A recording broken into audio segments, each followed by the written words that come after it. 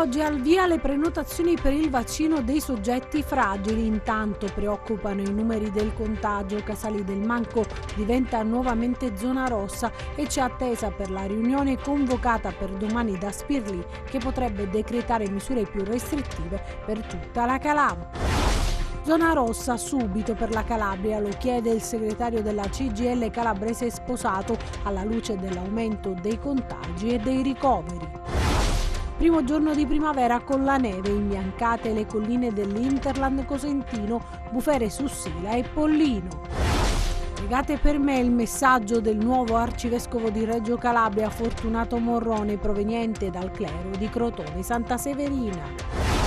Sta meglio l'attaccante del Cosenza Ettore Iozzi, autore del gol contro la Reggiana, era stato portato in ospedale dopo l'infortunio rimediato durante la gara finita poi in parità.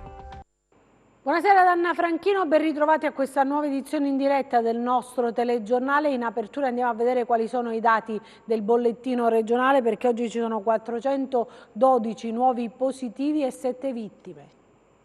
Aumentano ancora i casi di Covid nelle ultime 24 ore in Calabria, sono 412 in più rispetto a ieri su 2.946 tamponi eseguiti. Le persone risultate positive al coronavirus dall'inizio della pandemia sono 43.511, quelle negative 558.195. Preoccupa il Cosentino con un'impennata di contagi. I casi confermati oggi sono così suddivisi: 231 a Cosenza, 51 a Catanzaro, 46 a Crotone, 27 a Vibo Valentia e 57 a Reggio Calabria. Aumentano i ricoveri, 311 sono in reparto, mentre 32 in terapia intensiva, 7 le vittime di oggi, 3 nel Cosentino, 2 nel Catanzarese e 2 nel Reggino. Da oggi, dicevamo, al via le prenotazioni per il vaccino dei soggetti considerati fragili. Intanto preoccupano i numeri del contagio. Casali del Manco diventa nuovamente zona rossa e c'è attesa per la riunione convocata per domani dal presidente facente funzioni Nino Spirlì, che potrebbe decretare misure più restrittive per tutta la Calabria. Da questa mattina anche i soggetti fragili potranno prenotarsi per il vaccino. Il servizio infatti è stato esteso anche alle categorie delle persone fragili individuate attraverso i codici di esenzione previste dal Sistema Sanitario Nazionale.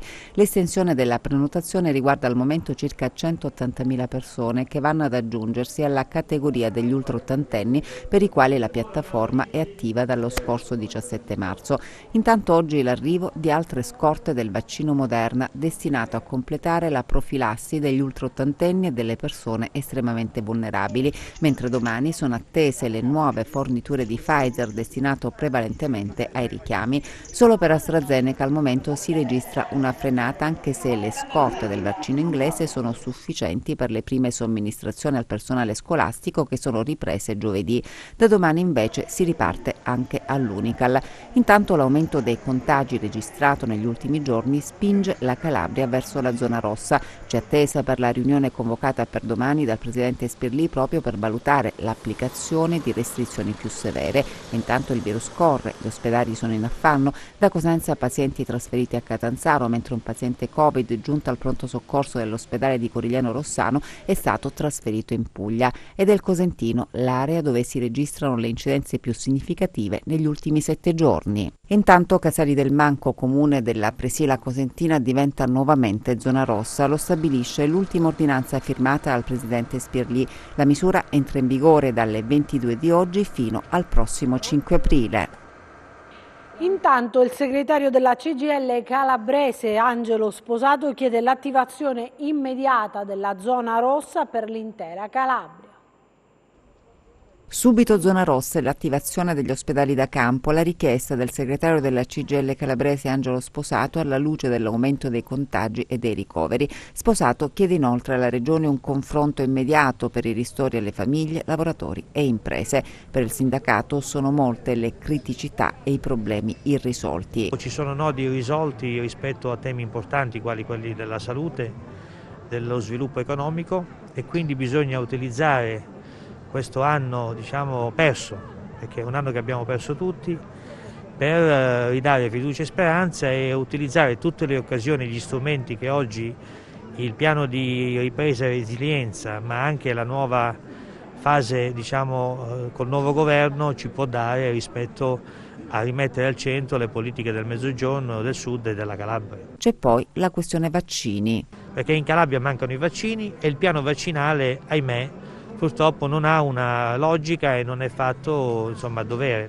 perché si stanno determinando situazioni anomale e con alcune volte anche, come abbiamo visto e letto, privilegi, e sui vaccini non si possono fare corsie preferenziali.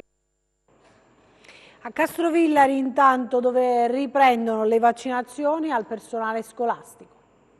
Dopo il fermo temporaneo e precauzionale a livello nazionale che ha interessato AstraZeneca il 15 marzo scorso per le opportune verifiche da parte degli organismi sanitari internazionali, è ripresa anche a Castrovillari la vaccinazione del personale scolastico cittadino nella sede dell'Istituto Tecnico Commerciale per Geometri e, nonostante dopo il clamore mediatico attorno al vaccino AstraZeneca alcuni non hanno confermato l'adesione, sono 300 le persone che si sottoporranno alla somministrazione della prima dose del vaccino. Intanto il sindaco di Castrovillari, Mimmo Lopolito, con propria ordinanza ha sospeso l'attività scolastica fino a martedì per gli istituti interessati alla vaccinazione.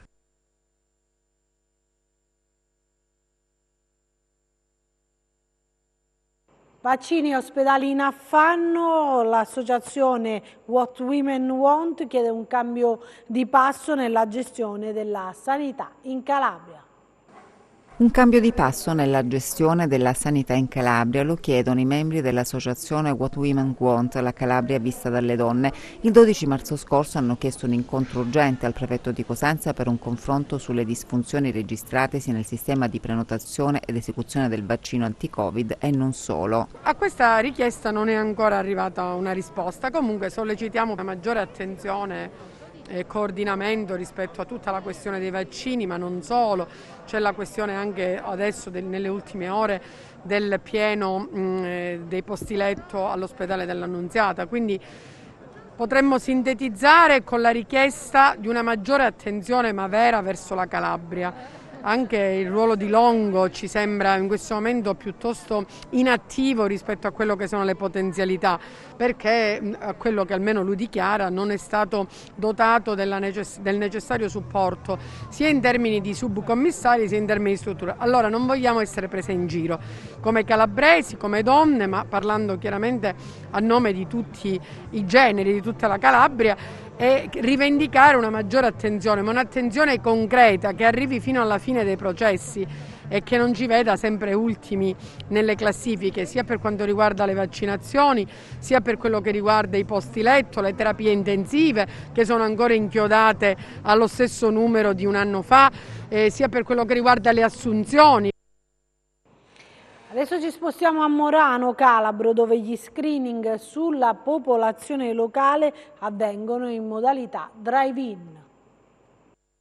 Continua a Morano Calabro in modalità drive-in lo screening sulla popolazione locale al fine di controllare e gestire l'evoluzione del quadro epidemiologico e garantire la massima tutela della salute pubblica. È in prima linea anche l'amministrazione comunale con il sindaco Nicolò De Bartolo, il suo vice il dottor Mario Donaddio, l'assessore alla sanità Franco Soave, i volontari dell'associazione Carabinieri, il dottor Arcieri e il centro di promozione sociale che ha messo a disposizione la location. Penso innanzitutto che in questi momenti di pandemia ognuno di noi deve dare il massimo, ecco perché stamattina come l'altra volta sono qui a dare una mano dal punto di vista amministrativo alla task force comunale, perché riteniamo che questo sia un momento importante per il livello pandemico. Pensiamo che ormai siamo nella terza ondata, ho già richiamato la mia comunità ad essere responsabile, come loro voglio esserlo io e quindi cerco di dare una mano. Nella giornata di sabato su 310 test antigenici non è stato riscontrato nessun caso di positività alla malattia Covid-19. Questo però non deve farci abbassare la guardia, anzi deve farci capire che questi sacrifici che stiamo facendo possono forse finalmente portarci ad una nuova normalità. E questo è l'obiettivo ed è questo il motivo per cui ci stiamo spendendo senza sosta affinché gran parte della popolazione possa essere rintracciata e si possa anche fare un'azione di screening per poter tutelare la nostra comunità. Colpo di coda dell'inverno, prima giornata di primavera con pioggia e neve in tutta la regione. Paesaggi da cartolina nel primo giorno di primavera, la coltre bianca avvolge le cime delle montagne calabresi e i borghi, un colpo di coda dell'inverno con un drastico abbassamento delle temperature. Piove senza sosta da ieri e la neve è tornata a cadere nel Cosentino a quote relativamente basse. Dopo il leggero rialzo termico registrato venerdì, nella notte le temperature sono scese nuovamente e la neve ha imbiancato la parte settentrionale della Calabria, in particolare la provincia di Cosenza, sopra i 500-600 metri. Innevate le colline dell'Interland Cosentino e la Valle del Crati. A Camigliatello Silano sono caduti 30 centimetri di neve, vere e proprie bufere invece sulle vette come a Botte Donato, la cima più alta dell'altopiano Silano, e sul Pollino. Pioggia incessante anche nelle altre province della regione e per la Calabria la Protezione Civile ha diramato un'allerta gialla. Ed ora a Reggio vediamo quali sono le ultime novità dal nostro corrispondente. Reggio Calabria si mobilita per programmare sviluppo nell'ambito del piano per il rilancio dell'economia europea. Il piano è finanziato con i soldi del Recovery Fund ed è chiaramente un'occasione da non perdere per dare vita ad opere che potrebbero garantire una svolta epocale a molte realtà territoriali. Si tratta di risorse che vanno a essere individuate per progetti di rigenerazione urbana, riqualificazione di spazi, di beni comuni, ma anche interventi a sostegno della microimpresa, a sostegno dei cantieri di prossimità, a sostegno insomma di tutte quelle azioni che vanno a rigenerare anche sotto il profilo sociale e economico i quartieri della nostra città. Le proposte sono state compilate per tempo, sono state inviate all'Agenzia per la coesione. Ringrazio l'assistenza tecnica del Ponmetro, ringrazio Simona Mauro, ringrazio i funzionari del nostro comune, da Tommaso Cotronei al dirigente Beatino, ringrazio tutti gli assessori, tutti i consiglieri che hanno contribuito a inserire progetti che davvero vanno in linea anche con quella idea di recupero del rapporto con il mare che deve avere la nostra città. Non sveliamo nulla su quali sono i progetti inseriti, perché avremo la risposta se sono stati inseriti o meno fra 60 giorni, quando l'Agenzia della Coesione chiuderà il quadro delle proposte da inviare all'Unione Europea. E Don Fortunato Morrone, il nuovo arcivescovo della diocesi di Reggio Bova, proviene da Isola Capo Rizzuto. Fortunato Morrone, del clero di Crotone e Santa Severina, finora parroco di San Leonardo di Cutro, è docente di teologia sistematica presso l'Istituto Teologico Calabro e il nuovo arcivescovo della diocesi di Reggio Calabria. Succede a Monsignor Morosini nella Basilica della Cattedrale di Crotone in occasione dell'annuncio dell'elezione del nuovo prelato, la cerimonia di consegna della fascia vescovile. Fortunato Morrone, nato nel 1958 a Isola Capo Rizzuto, è stato ordinato presbitero della diocesi crotonese all'età di 25 anni. Ecco il messaggio del nuovo arcivescovo alla comunità reggina. Devono pregare molto per me, perché umanamente nessuno è all'altezza del compito che il Signore ci affida, e forse questo è anche un modo per non montarci la testa, insomma, no? Dice, arrivo io qua. Certamente, veramente non me l'aspettavo, adesso dice qualcosa, no, non è retorica, chi mi conosce, insomma, sa come sono, grosso modo, di pregare per me. Ecco, vengo a fare un bel cammino con loro. Nel prossimo servizio invece vediamo un modo particolare per ripulire la città di Castrovillari dai rifiuti. Contribuire attivamente a dare un nuovo volto a Castrovillari, un volto pulito attraverso il quale mandare un chiaro messaggio. Siamo circondati da splendide montagne che si trasformano in rifiuti di ogni genere nelle strade, nei giardini e nei luoghi più impensabili. Con questa idea l'associazione Grado Zero ha organizzato una giornata di pulizia dei luoghi arrampicandosi. Climb and Clean. E l'abbiamo fatto pensando di trovare una soluzione a questa problematica diffusa, ripensando proprio le nostre attività, per cui arrampicare per raggiungere i posti più difficili da ripulire. Abbiamo fatto questo sodalizio che spero porterà nuovi e migliori frutti per pulire la città, per renderla più gradevole e soprattutto per cercare di creare quell'educazione ambientale che manca davvero tanto nella nostra città. L'intervento è stato realizzato manualmente grazie alla disponibilità di alcuni ragazzi e ragazze dell'associazione Grado Zero che si sono calati con corde e imbraghi per raggiungere i punti più difficili per poi dare la possibilità di intervenire meccanicamente. Diciamo che questo vuole essere il primo passo per iniziare a ripulire magari questa zona e altre ovviamente del territorio, perché crediamo appunto non solo le nostre attività sono legate all'ambiente e quindi crediamo che uno spazio pulito possa anche ridare una sorta di benessere all'interno della comunità. Con l'arrampicata possiamo raggiungerli e dare una mano anche alla comunità e al comune di Castrovillari, per cui questa sarebbe una spesa esosa, nonché difficile proprio per il raggiungimento attraverso mezzi meccanici. Noi come associazione ci poniamo questo obiettivo usiamo questo termine che oggi è un po' brutto, però sì, di essere un po' contagiosi per quanto riguarda l'educazione ambientale e il piacere di vivere la montagna in modo consapevole. Ed è stata inaugurata a Cosenza, nonostante la pioggia, la parte finale dell'isola pedonale di Corso Mazzini, che si arricchisce anche di nuove opere d'arte. A Cosenza è stato completato l'ultimo tratto di Corso Mazzini dopo la pedonalizzazione, un'opera pubblica di grande valore strategico connessa al percorso di valorizzazione della città e del Museo all'aperto Bilotti, che si estende con il posizionamento di 4 sculture di assoluto valore. Questa idea di città attrattiva, di città pedonale, di città che si apre a questo concetto del vivere insieme attrae.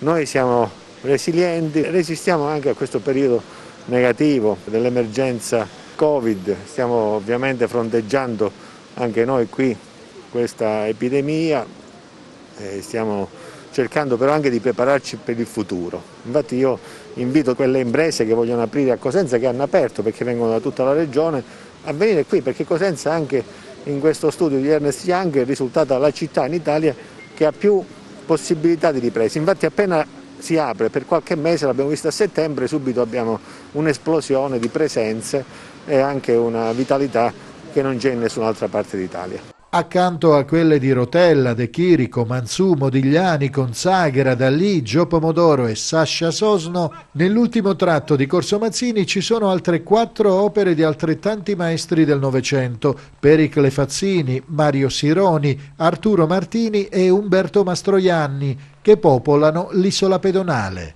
Sono molto contento di essere riuscito a continuare l'opera di mio zio, che è nata nel 2005. La sua idea era quella di costituire un luogo dove i cittadini potessero fruire tutti i giorni delle opere d'arte, quindi non andare in un museo per vederle, ma entrare nel quotidiano, quindi un rapporto tra cittadino, arte, architettura, ambiente. Soddisfazione enorme, soprattutto per chi fa questo lavoro in duplice veste, sia come architetto, quindi il progetto dell'allestimento voluto dal sindaco ed accettato, e poi anche per quanto riguarda il posizionamento di queste sculture grazie alla Brezia Restauri, di cui io sono il rappresentante unico. Nel tratto riaperto è tornata a nuova vita dopo gli interventi di restauro anche la celebre e storica Fontana di Giugno. Viene così ultimato l'asse longitudinale che da Piazza Bilotti arriva fino a Piazza dei Bruzzi. Parliamo di sport, in particolare di calcio. Sta meglio l'attaccante del Cosenza, Ettore Iozzi, autore del gol contro la Reggiana. Era stato portato in ospedale dopo l'infortunio rimediato proprio durante la gara, che è finita poi in parità. Parole di ringraziamento affidate ai social da Ettore Iozzi dopo l'infortunio rimediato ieri durante la gara fra Reggiana e Cosenza. L'attaccante rossoblù, dopo essere stato sottoposto ad esami diagnostici con la TAC che ha dato esito negativo, per fortuna è tornato a casa senza conseguenze.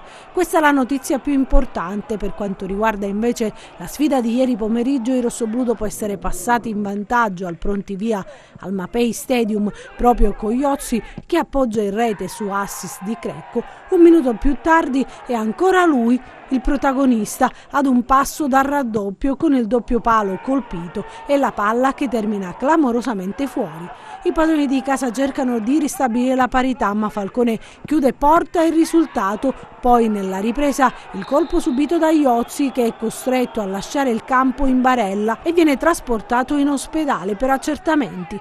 La Reggiana riordina le idee, al 30° è Varone a firmare il gol del pari, il secondo ai danni dei lupi, che alla fine si accontentano di un punto. Ora c'è la sosta e poi la doppia sfida casalinga a cavallo di Pasqua con Ascoli prima e Cremonese poi. Tabelle di marcia vi assicuro che non ne faccio, perché guardo gara dopo gara, è normale, guardo la classifica, normale non posso fare dei conti a lunga guardando devo guardare quello che sarà la prossima gara e cosa potrà essere la prossima gara, cosa dovrà dire, pensando sempre in positivo, cosa potrà dire la classifica. Esperienza che ho vissuto lo scorso anno in un momento dove avevo fatto una scalata dopo le prime 2 gare, poi avendo raccolto un punto in 3 gare, tutto il mondo era caduto addosso a tutti tranne a me, quindi assolutamente io i conti li farò alla fine.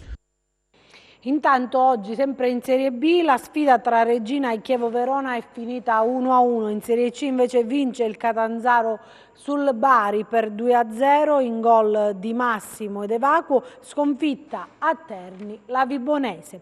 E parliamo di calcio a 5 perché vince in rimonta la Pirossigeno Città di Cosenza, la formazione di calcio a 5 che milita nel campionato di A2 maschile. Nel derby giocato ieri pomeriggio al Palaferraro con la formazione di Polissena vince per 4-3, una Pirossigeno indomita, batte la corazzata Reggina che ha lottato con il coltello fra i denti proprio per vincere questo derby. Non c'è riuscita perché di fronte ha avuto i lupi pronti a lottare su ogni pallone. Dopo aver chiuso il primo tempo sul 2-0, i lupi hanno subito il sorpasso degli Amaranto, ma sono rimasti concentrati e alla fine hanno ribaltato la sfida. In gol Fedele, autore di una doppietta, Marchio e Tusar per la Pirossigeno, Maluco, Silon e Creaco per il Polissena. Ci spostiamo adesso a Monterosso Calabro, ancora una volta che diventa set cinematografico.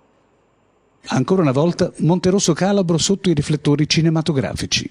Al via i lavori del nuovo film di Enzo Carone, dove nel 2019, proprio in questo borgo vibonese, ha già firmato la regia del cortometraggio Francesca, con Tony Sperandeo, riscuotendo grande successo nelle scuole d'Italia. Durante una conferenza stampa a posti limitati per norme anti-Covid è stato presentato il progetto filmico che vedrà come attrice e protagonista Annalisa Insardà, volto noto in molte opere cinematografiche e fiction, oltre che teatrali, e il noto attore vibonese Costantino Comito, molto conosciuto nel piccolo e grande schermo. Devo dire che colpevolmente non ero mai stata a Monterosso. Oggi ho avuto la possibilità di venire insieme a parte della troupe, abbiamo fatto un giro nelle stradine di questo meraviglioso borgo e bisogna anche ricordare che per la seconda volta sotto l'amministrazione Lampasi Monterosso sarà ancora la culla del cinema in Calabria. Con questa produzione Monterosso si conferma centro culturale di importanza nazionale e internazionale e sicuramente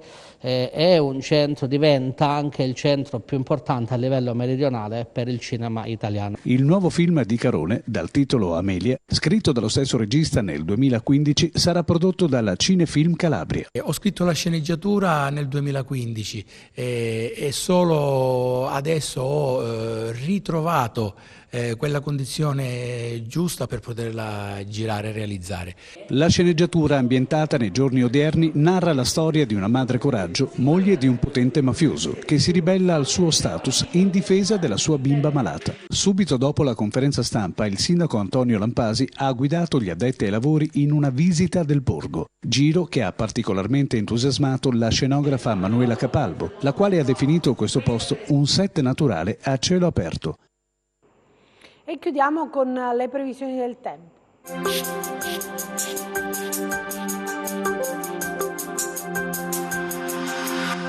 Ben ritrovati da Meteo in Calabria. Tempo prettamente invernale a causa di 2 perturbazioni alimentate da aria molto fredda, che nelle prossime ore apporteranno piogge e nevicate localmente fino a bassa quota. Passiamo alle previsioni in dettaglio. Domani in nottata e al primo mattino tempo perturbato, in particolare sulla Calabria centrale e meridionale. Nevicate fino a 400-600 metri, possibilità quindi di qualche fiocco fino a Vibo Valentia. Nevicate a quote inferiori invece su Cosentino interno, pertanto non è da escludere anche il coinvolgimento di Cosenza. Temperature in calo nuovamente su tutta la regione, tendenza in giornata ad un lento e progressivo miglioramento. Passiamo a mari e venti. Domani mari generalmente mossi o molto mossi, venti deboli o moderati dai quadranti settentrionali. Per essere sempre aggiornati sull'evoluzione delle condizioni meteo vi rimando, oltre al nostro sito www.meteoincalabria.com, anche alla nostra pagina Facebook Meteo in Calabria. E anche per noi è tutto, io mi fermo qui, grazie per averci seguito e buon proseguimento con i nostri programmi, arrivederci.